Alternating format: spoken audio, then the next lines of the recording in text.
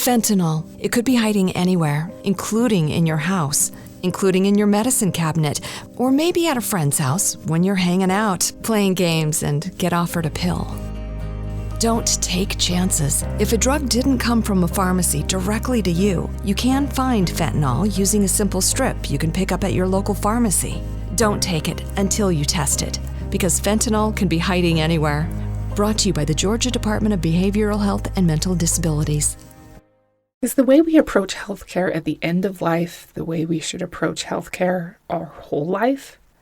In many ways, no, but in some ways, I think yes. What can we learn from a hospice approach that makes our lives better long before it's our time to die? You're listening to the Health Courage Collective podcast, episode 148, How Hospice Can Inform Your Wellness Today.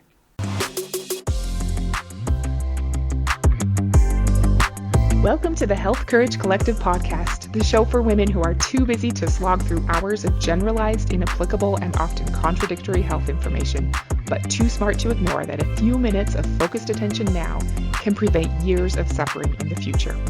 I'm your host, Christina Hackett, a pharmacist who doesn't want you to live on prescriptions, a certified coach specifically trained to maximize your potential, and a compulsive learner obsessed with preventative, cutting-edge, holistic, and integrative medicine. I'm on a mission to increase your physical and mental resilience so you can fearlessly look forward to your next 40-plus limitless years. Your time is now. Let's go. Hello and welcome to the episode. So happy you're here today. How is your failure and disappointment journal? Did you start one? Can you see how valuable our tough experiences become when we systematically use them to learn and give meaning to our lives? How different our life can be when we start looking forward to failures and disappointments instead of constantly trying to hide and mask them so that we don't look like a loser. All right, I am all about helping ensure that you arrive at menopause and beyond well-resourced for abnormally healthy life in your 60s, 70s, 80s, and beyond. You know from watching the experiences of your loved ones that the time to create that result is now. Your actions and plans now matter to the future you. We usually talk about things that will improve your insulin sensitivity, bone strength, muscle mass, brain health, etc. All those things are vitally important if you want more years lived in good health in your future, which I want for you. I am all for using medical tools to create the outcomes we want for our future. A medical tool I've never really thought to use to help us now as women in our 40s and 50s is hospice care. Have you ever thought about hospice informing and improving your life right now? It's kind of weird, but let's explore it and see if we find any value.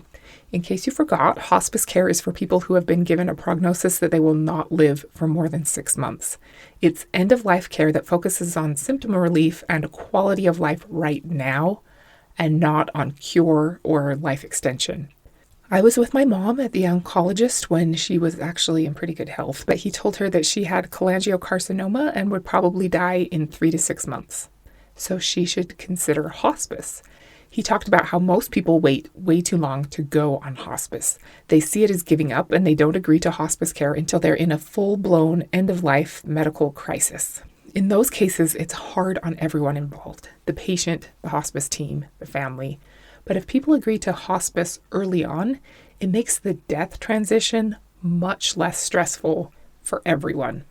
I would agree with that. When the staff and nurses are able to get to know you as a person and what matters to you before you're desperately ill, it helps them so much to make your life better while they still can. And when you do decline, you feel like you really know and trust the people who are there caring for you. One of my favorite authors is Atul Gawande. He's a physician who has written a few books, including The Checklist Manifesto, which we talked a lot about in episode 116, How to Fly an Unflyable Plane. He has another great book called Being Mortal, where he talks about being mortal, how we're all limited by our biology, and how he normally deals with that as a medical doctor. He's a general surgeon. Medicine is almost singularly focused on giving you more time alive, no matter the price you pay now. For all of us listening, that's usually the right call. It's implied and never really talked about or asked. Do everything possible to extend life no matter the cost or suffering created. He talks about how doctors have tried to transition from doctor dictator to doctor informative. They present you with all the information and ask you to make a choice. It's an improvement, but what he found was that doctor informative doesn't help you to make the best medical choices for you either. There's a big piece missing. He found that the medical team that is most skilled at doing it is a hospice team. They can be really brilliant. Hospice nurses and other caregivers meet with you, get to know you, and ask you what Gawande calls the 4 vital questions. 1. What is your understanding of the situation and its potential outcomes? This is important because a lot of people don't understand the situation and we can help them understand, or they're thinking the potential outcome of a treatment might be that they'll get 10 more years of life while the doctor's thinking they might get 3 more weeks of life. It's an important clarity piece. Question 2 is, what are your fears and what are your hopes? This is important because if your main goal is to avoid your greatest fear and your doctor doesn't know what your greatest fear is, they can't help you make a decision based on that. Also, what are your hopes? That can give a medical team new insight into what the best course of action would be based on what your biggest hope is. Question 3 is, what are the trade-offs you are willing to make and are not willing to make? This again helps you make decisions. I'm willing to do this if it gives me this potential benefit in the future, or I'm not willing to take this certain risk. It provides a lot of nuance to the conversation. Question number 4 is, what is the course of action that will best serve this understanding? So how do we take all of this together and make a plan? These are questions that are beneficial for everyone, not just those with less than 6 months to live. Another question they might ask is, what would be the best possible day for you today, given your current limitations? Hospice then goes about giving you the best shot possible at the closest thing possible to your ideal day, every day, until the end of your life. It's about what matters most to you. That's pretty different than what typical medical care gives you, which is every procedure, test, pill, and injection that might possibly improve your biomarkers or your length of life. Something Dr. Gawande describes so well in his book is that we all love stories. We're drawn to stories and we love to tell them and hear them. But our opinion of the story is disproportionately skewed toward the ending. Like if we go to a good game but our team loses, we're still deflated. We don't go around talking about the 2 hours of great soccer we watched. We're disappointed because of the last few minutes. I think it's even more true for stories. If I read a good book or watch a great movie, but it has a stupid ending, the whole story is immediately stupid in my mind. The ending is everything.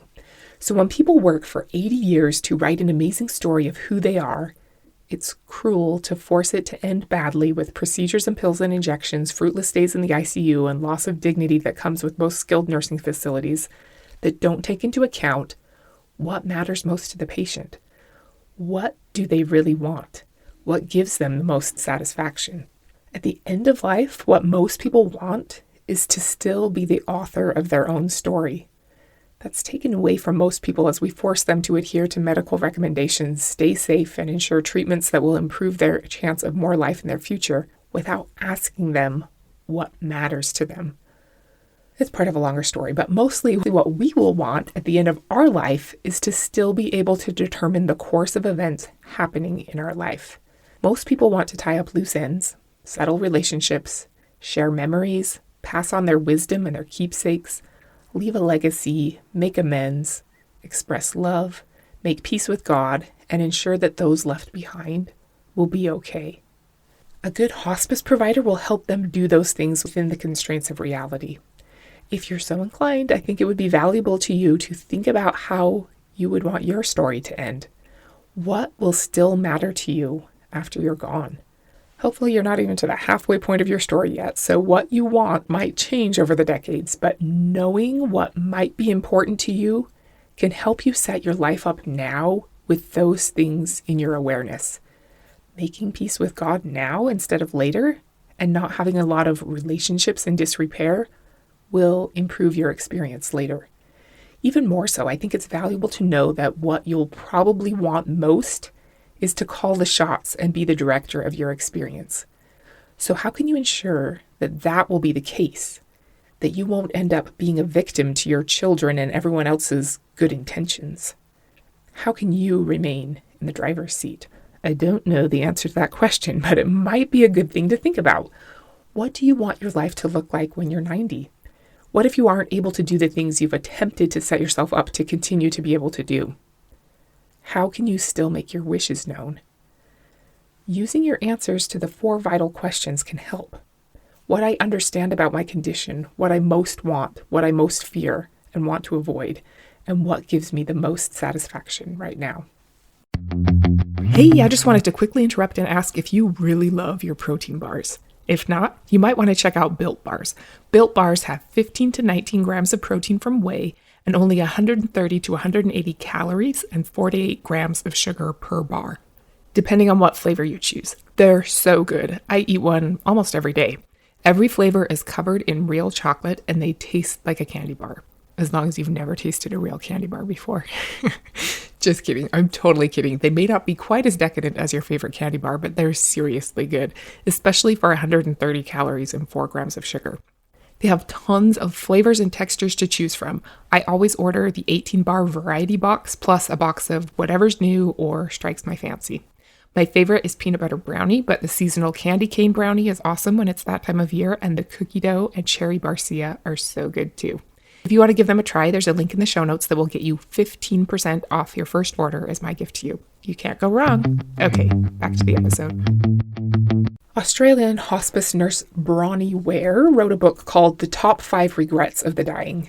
You've probably heard of them before. They're 1, I wish I had had the courage to live true to myself, not the life others expected of me. 2, I wish I hadn't worked so hard. 3, I wish I'd had the courage to express my feelings. 4, I wish I had stayed in touch with my friends. And 5, I wish I had let myself be happier. Some others I've heard are, I wish I hadn't worried about money so much. I wish I had taken more responsibility for my life. And I wish I had traveled more when I was in good health. I think knowing these things now gives us a big advantage. Correction. Acting on these things now would give us a big advantage. Using our time now to do the things that are so easy to neglect will help us to not have so many regrets later. Most people ignore their impending death, thinking that having to think about it will make them less happy. But not so. Many studies show that thinking about death makes you more happy. So maybe thinking about the last 6 months of your life can make you happier too. I don't know. Instead of being occasionally terrified about incontinence and dementia, and then trying not to ever think about it again, doing a few things now to write a story you're proud of is time well spent. Do you remember the 4 vital questions? What is your understanding of the situation and its potential outcomes? What are your fears and what are your hopes? What are the trade-offs you are willing to make and not willing to make? What is the course of action that best serves this understanding? And the other question of what gives you the most satisfaction right now, I think that could be expanded to what gives you the most satisfaction, the most enjoyment, and the most purpose right now. Those are the 3 ingredients of happiness, so keep all 3 in mind, no matter your life circumstances. Discussing these things with your physician and family members anytime you face a medical challenge throughout your life is valuable. Something Atul Gawande says so well in his book is that our medical interventions, along with their risks and side effects, are only justified when they serve the larger aim of a person's life. So anytime we undertake anything health-related, we should ask ourselves whether it truly serves the larger aim of our life. That means we need to know what the larger aim of our life is. The trade-offs question is an especially good one. Later in life, we might not want to endure torture now in hopes of increasing our odds of putting more days in our distant future. Whereas today we would. But a lot of things like pill for an ill Band-Aid approaches to health that might be too much when we're in our last months of life are not enough for some of us right now. For those of us who want more than a quick fix, those things don't truly serve the larger aim of our life, if the larger aim of our life is to thrive. We want the more difficult root cause life adjustment that will make this issue go away as a result of that fundamental change. We want prevention and early interventions, not the standard of care, which is to wait until we meet diagnostic criteria and then start doing something about it. What is the best way right now to enable my well-being is a question whose answer will change over the decades.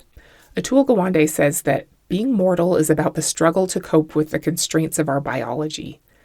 limits set by genes and cells and flesh. Medical science has given us the power to push against these limits. The damage medicine does is when we fail to acknowledge that medicine's power is finite and always will be. We all think medicine's job is to ensure health and survival, but it's really to enable well-being. Well-being is about the reasons one wishes to be alive. Those reasons matter, not just at the end of life or when debility comes, but all along the way." End quote. To be human is to be limited and ultimately to die. It's what makes life so precious. There are tons of things we can do to prevent and delay age-related limitations, and we need to start right now if we want to be effective. It's amazing the things we can do and how different our life can be if we make a plan and take intelligent action starting now. That's what I'm all about. Let's get you living more as you get older rather than less. But we're still going to die, and at some point we most likely won't be able to do the things we can do for ourselves right now. Then what? How do you want your story to end? How do you want to ensure that you're still the one calling the shots based on what's most important to you? That you aren't forced to make trade-offs that aren't worth it to you? That people understand that they need to help you construct a life that avoids your biggest fears and allows for maximal satisfaction, enjoyment, and fulfillment of purpose? That you don't arrive at the end with regrets and unfinished business? Those are some big questions, my friend, but I hope that thinking about them now will help tip the odds in favor of you being satisfied with the way your life turned out in the end. It's unlikely that your medical team will ever ask you the 4 vital questions, but that doesn't mean that you can't give them the answers. Help them see what you understand and what you expect. That alone might be drastically different than their assumptions. What you fear and what you hope for. What matters most to you, and that you are only interested in treatments that serve the larger purpose of your life. These things can help you all through life, not just at the end of it. Thank you so much for being here today. This was a bit of a weird episode. I hope it was worth your time. Next week, we're going to talk about what you might not know about your holobiome. Until then, use the principles of hospice care to make your life better right now. Start crafting a rough draft for the end of your story, and don't be normal. Thank you so much for tuning into the Health Courage Collective podcast. I am truly honored that you have paid me the enormous compliment of your time and attention. I would be so grateful if you would share this podcast with someone you know and subscribe so you never miss an episode. This podcast is for entertainment and information purposes only. Statements and views on this podcast are not medical advice. This podcast, including Christina Hackett and producers, disclaim responsibility for any possible adverse events by use of information contained herein. If you think you have a medical problem, consult a licensed physician. Fentanyl. It could be hiding anywhere, including in your house, including in your medicine cabinet, or maybe at a friend's house when you're hanging out, playing games, and get offered a pill. Don't take chances. If a drug didn't come from a pharmacy directly to you, you can find fentanyl using a simple strip you can pick up at your local pharmacy. Don't take it until you test it, because fentanyl can be hiding anywhere. Brought to you by the Georgia Department of Behavioral Health and Mental Disabilities.